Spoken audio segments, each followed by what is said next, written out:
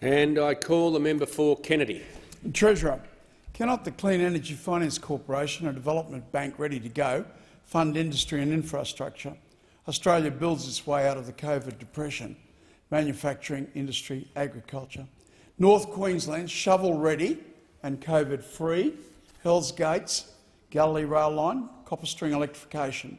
Not absorb money, but make money projects. And to show you and I are trendy, back in black, highway to hell. Treasurer, cough up the money, make money, make money.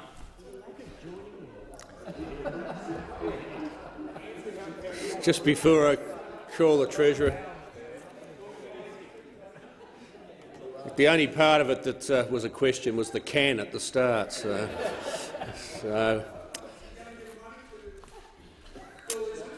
the Treasurer has the call. Thank you, Mr. Speaker. I thank the member for Kennedy for his question. And well, firstly, I'd like to say that the government, through its $100 billion 10-year infrastructure pipeline, is making a record investment in infrastructure.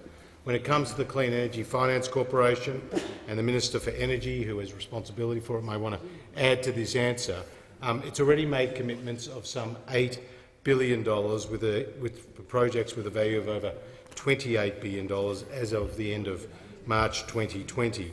In respect to the copper string project, in 2019 the government announced $4.7 million to assist with the costs of feasibility work for that project, which is a proposed transmission line between Mount Isa and Hewarden. In terms of the copper string project, as you know, it will allow major users in the Mount Isa region to access reliable and affordable energy from the national electricity market. In respect to Hells Gate Dam, the government has paid the first tranche of funding for the project, with initial planning and design work focusing at the Big Rocks Weir area near Charter Towers. I'd ask if the Minister for Energy would like to add to that answer. The Minister for Energy.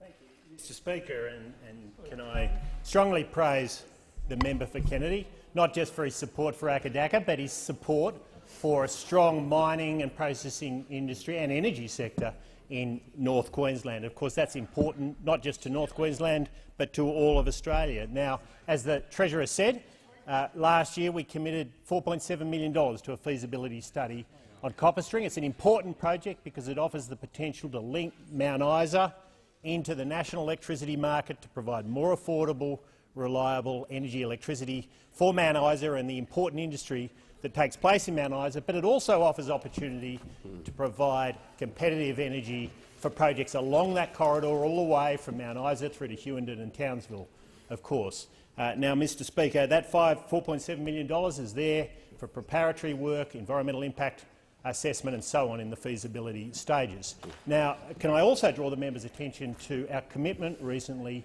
to a new $1 billion grid reliability fund. This is to be administered by the CFC, you mentioned in your question, and of course that $1 billion grid reliability fund is very focused on transmission projects that are making energy more affordable, more secure, more reliable for places like Mount Isa.